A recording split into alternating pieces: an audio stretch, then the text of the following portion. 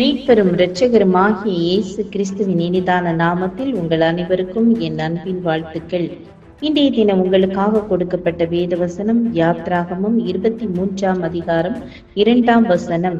தீமை செய்ய திரளான பேர்களை பின்பற்றாதிருப்பாயாக. வழக்கிலே நியாயத்தை புரட்ட மிகுதியானவர்களின் பட்சத்தில் சாய்ந்து உத்தரவு சொல்லாதிருப்பாயாக. கிறிஸ்துவுக்குள் பிரியமானவர்களே, எபேசுவில் சொந்த தொழில் வணிகர்களால் ஒரு கூட்டம் திரட்டப்பட்டது.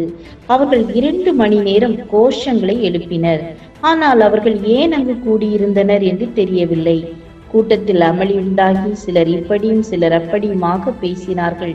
தாங்கள் கூடி வந்த காரணம் என்னதென்று அநேகருக்கு தெரியாதிருந்தது. கும்பல்களின் இந்த துரதிர்ஷ்டவசமான வாழ்க்கை பயணத்தில் 4 படிகள் உள்ளன.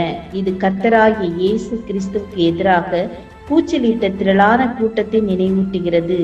எது உண்மை என்பதை அவர்களால் கண்டறிய முடியவில்லை.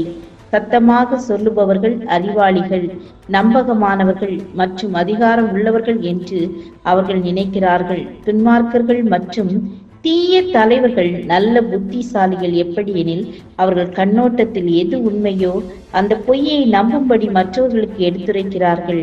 பொய் பிரசாரங்களை நம்ப தொடங்குகிறார்கள். அவர்கள் கட்டுக்கதைகள், அரைகுறை உண்மைகள் மற்றும் சோதிட குறிப்புகள் என நம்புகிறார்கள். எளியவர்கள் முட்டாளாகிறார்கள். என கண்பானவர்களே, நீங்கள் உங்கள் அவயங்களை அநீதியின் ஆயுதங்களாக பாவத்திற்கு ஒப்புக்கொடாமல் உங்களை மரித்தோரிலிருந்து பிழைத்திருக்கிறவர்களாக தேவனுக்கு ஒப்பு கொடுத்து உங்கள் அவயங்களை நீதிக்குரிய ஆயுதங்களாக தேவனுக்கு ஒப்பு கொடுங்கள். தீமையை பின்பற்றாமல் தேவனை பின்பற்றுங்கள். ஜெபம் செய்வோம். கிருபையும் இரக்கம் நிறைந்த கர்த்தாவே, ஏசப்பா, நாங்கள் தீமைக்கு நேராக கடந்து செல்லாமல் நன்மையை பின்பற்ற உதவி செய்யுங்க. நாங்கள் அநீதிக்கு துணை போகாமல் நன்மையானவற்றை செய்ய உதவி செய்யுங்க. எங்கள் ஒவ்வொருவரையும் ஆசீர்வதித்து வழி நடத்துங்க.